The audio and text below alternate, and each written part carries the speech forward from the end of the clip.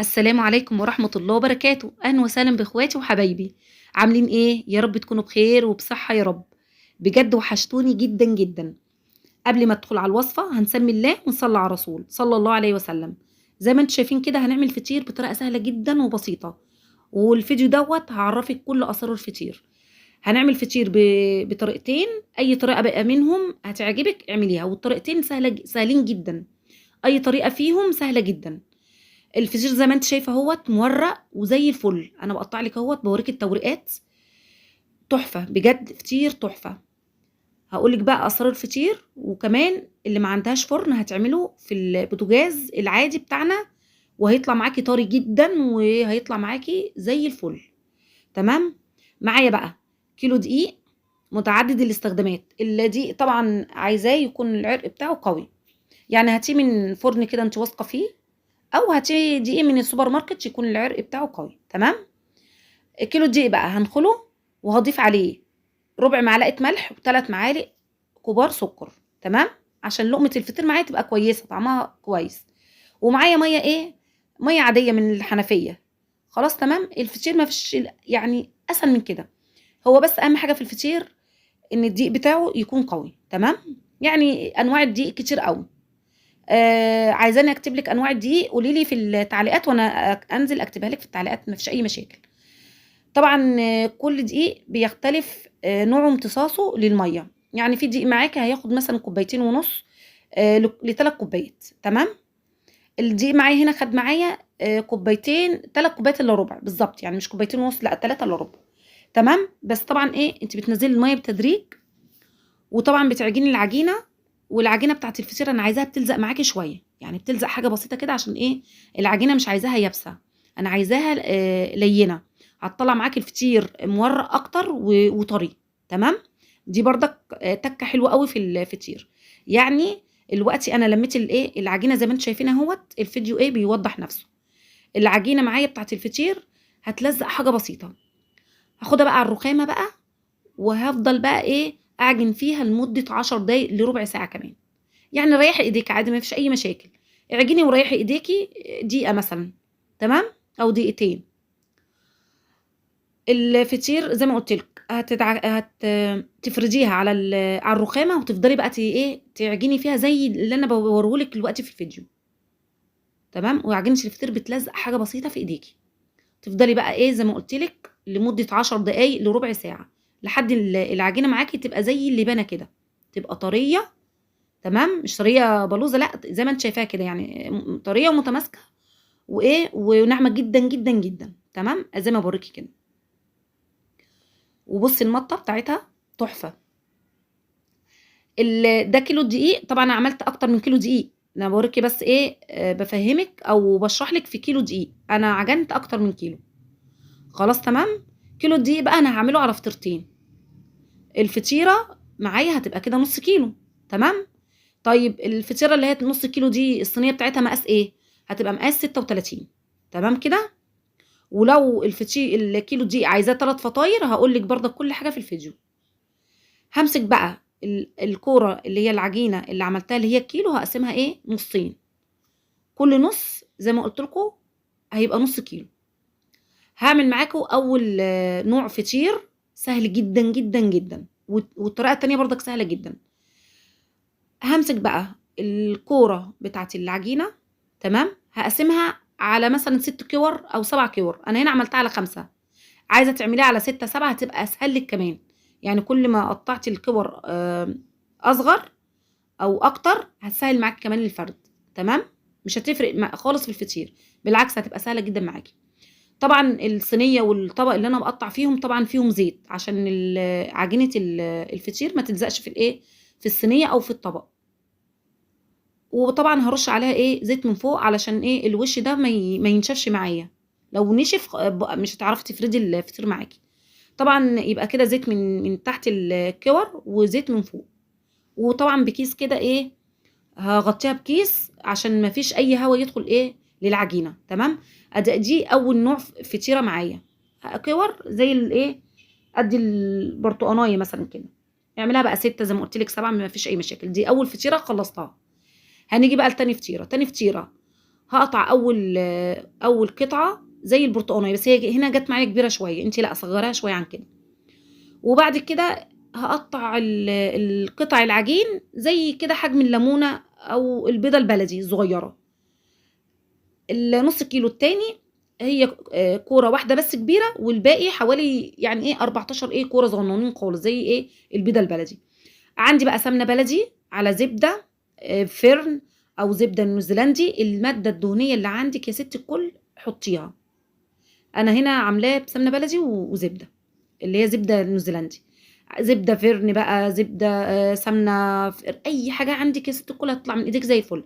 بس يعني حته حلوه مع يعني ايه معاكي تطلع لك الفطير خفيف ما يبقاش تقيل كده معاكي في الاكل.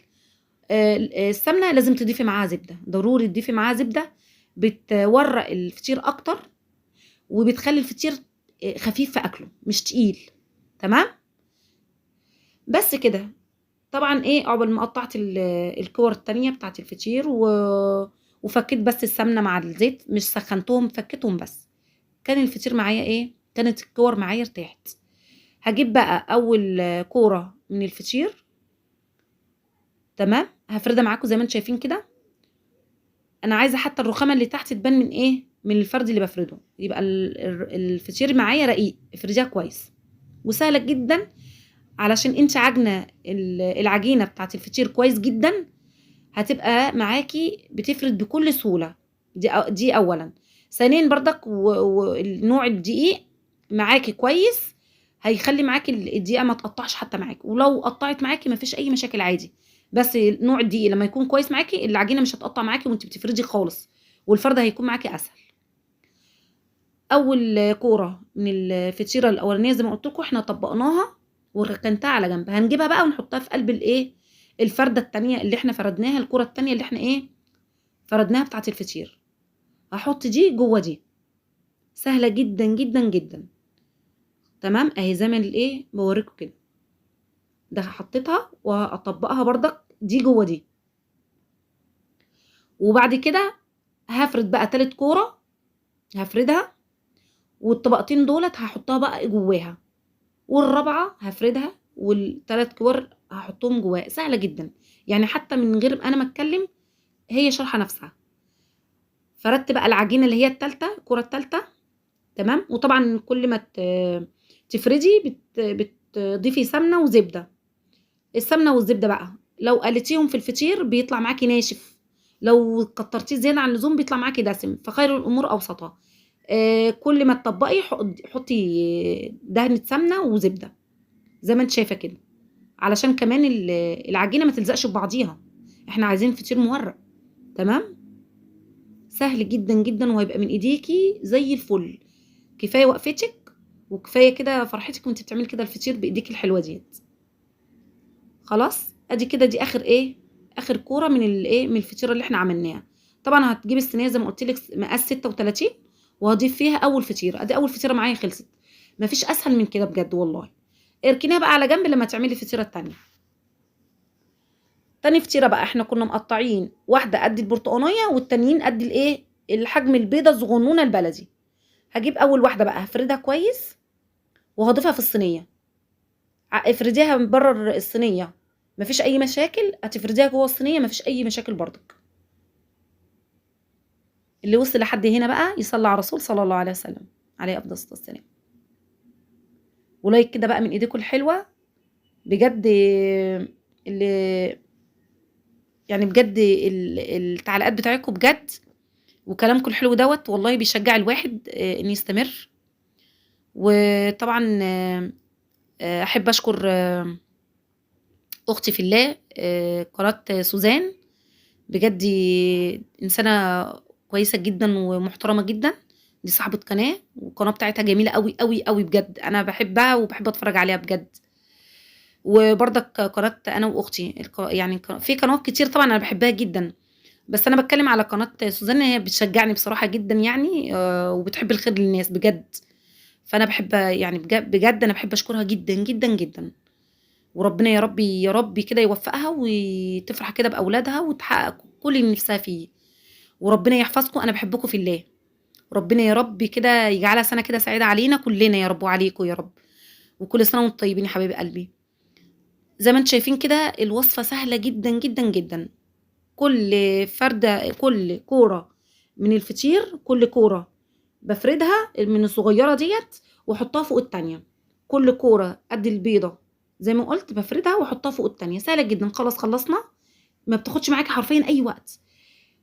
أول كورة بقى كبيرة اللي هي قد البرتقانية اللي حطيتها في أول حاجة في الصينية، بالمّها على الباقي إيه بالراحة كده إيه بالأطراف، وأقوم لافاها كده وإيه وحاطاها الناحية التانية، بس كده، ولا في أسهل من كده. عملت معاكم واحدة بقى إيه بجوزة الهند والسكر والزبيب. هنحط مثلًا 3 معالق سكر، معلقة جوزة الهند، معلقتين زبيب، تمام؟ دي فطيرة بقى إيه يعني اللي بيحب الفطير كده الإيه المحشي، طعمها بجد جربوا بقى بالطريقة دي والزبيب وجوزة الهند والسكر تحفة، يعني بجد حرفيًا تحفة. مع طبعًا السمنة البلدي والحاجات الحلوة دي هتطلع من إيديك زي الفل. أنا هنا باوريك الفرن، حُشت الصاجة اللي من تحت خالص، تمام، حُشتها خالص، الرف السلك اللي في النُص حطيته من تحت، وهاشغّل الفرن لمدة نُص ساعة. هتقولوا كتير نُص ساعة، لأ، هو أقل يعني كده مش هاقول لِك أقل حاجة، خلّي الفرن شغّال نُص ساعة على أعلى درجة حرارة، تمام، يبقى هنشغّل الفرن نُص ساعة، وهاجيب الشبكة أنزّلها لتحت خالص، وأحُش الصاجة اللي من تحت، وأحلى فطير حرفيًا هتاكليه. طبعًا زي ما قُلت لكم هنشغّل الفرن نُص ساعة، ووريتكم طريقة الفرن يعني لمّا تدخّلي فيه صينية الفطير، ووريتكم إنها قابة كده وجميلة ما شاء الله الله أكبر. هتاخد معاكِ أول فطيرة هتاخد معاكِ 12 دقيقة، تاني فطيرة بقى 10 دقايق، وتالت فطيرة 10 دقايق، وبعد كده تاخد معاكِ 9 دقايق. هي دي التسوية الصح. هتطلّعي الفطيرة هتحطيه فوق بعضه، تمام، وغطّيه بكيس أو بحاجة مثلًا إيه ألمونيوم يعني غطّيه بكيس أو بأي حاجة، طبعًا نحط الفطير فوق بعضه، هتلاقيه اتطرّى معاكِ الوش إيه، اتطرّى معاكِ سِنّة صغيّرة. عايزاه مقرمش خلاص سيبيه، بس هو كده إيه لمّا بيتحط فوق بعضيه بيترد، يعني بيتطرّى أكتر، تمام. الفطير زي ما قُلت لِك دي أهم حاجة يكون عرقه قوي، دي أهم حاجة. العجن ال ما يقعدش في الفرن كتير أكتر من 10 دقايق، يعني 10 دقايق ل12 دقيقة. وطبعًا الفطير عايز زبدة، حطّي له زبدة عشان يبقى خفيف معاكِ ما يبقاش تقيل. وبألف هنا وشفا على قلوبكم، أسيبكم في حفظ الله، مع السلامة، سلام.